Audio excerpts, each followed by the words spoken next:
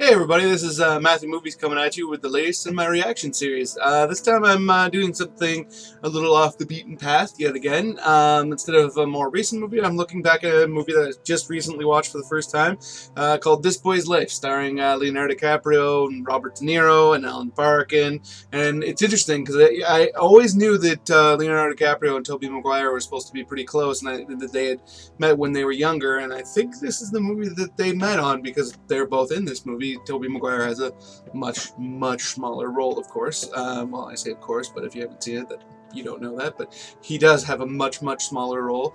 Yeah, so I just watched this movie for the first time, and I thought it was good, not great. I thought it was really well made, very compelling, very interesting story, but not one that I would ever really want to watch again, I don't think. It's interesting too, because as a father, like, basically the plot of the movie is it revolves around Leonardo DiCaprio's character, and he's kid who's troubled, and his mother is kind of bouncing around from relationship to relationship and from house to house, and then she finds a man who is willing to marry her and seems like he's interested in trying to help her rehabilitate her son, and so they go and live with him, and then the new father ends up being very abusive in the end, and just is very jealous of anybody in life who's getting ahead, and it just seems like a very nasty gentleman. But it was interesting because as a father, like, one, I find that obviously extremely abhorrent. I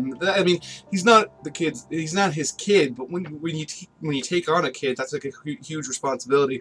So it was some of it was extremely difficult to watch, and it's funny because ever since I've had my daughter, it's been interesting. There are certain things that I used to be able to take in movies that I find a lot more difficult to take. Like, there's a movie Mel Gibson starred in it called Ransom, and it's about a father whose kid is ransomed.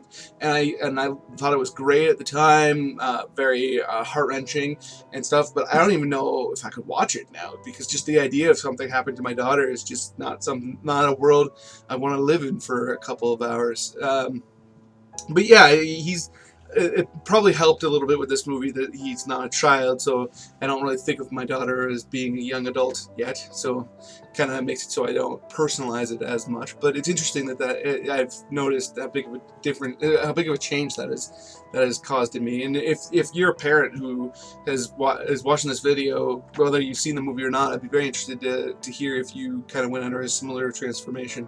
I don't know if it'll be like permanent, and there's certainly exceptions, I'm sure. Like, there's still really well-made movies that I'll be able to watch, I believe, that have those kind of themes. But it is a bit of a turnoff for me now, where it never used to be, which is almost a little bit of a interesting perspective on how the fact that didn't used to bother me. Yeah, interesting.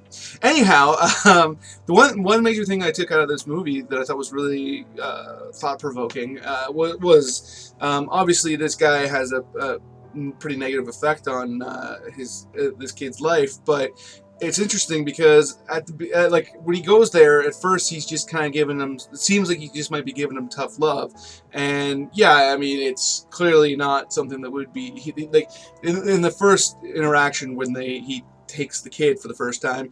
He's driving down the road, and he's driving all erratically and kind of threatening, like acting in a somewhat threatening behavior, and that's something that I would obviously never do, and I don't think very many parents would do these days. But this movie is a period piece.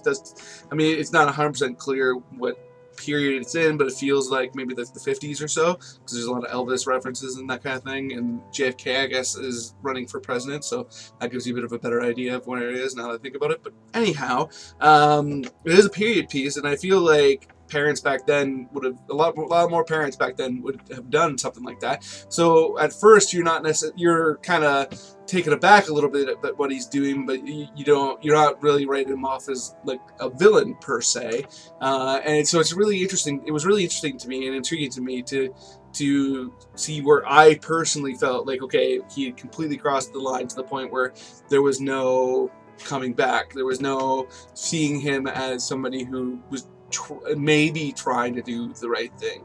And one of the things that I've always loved about movies too is, you know, that in most cases, even when somebody's, you know, villainous in real life, that they don't see themselves that way. So right to the very end, like I'm not going to say anything about the ending of the movie, but at the very end of the movie, he clearly sees himself as doesn't see himself as the villain of the piece, and almost portrays himself as a victim. So it was a very well made movie. Let me know if you've seen it, if you have any thoughts on the movie, if you liked it.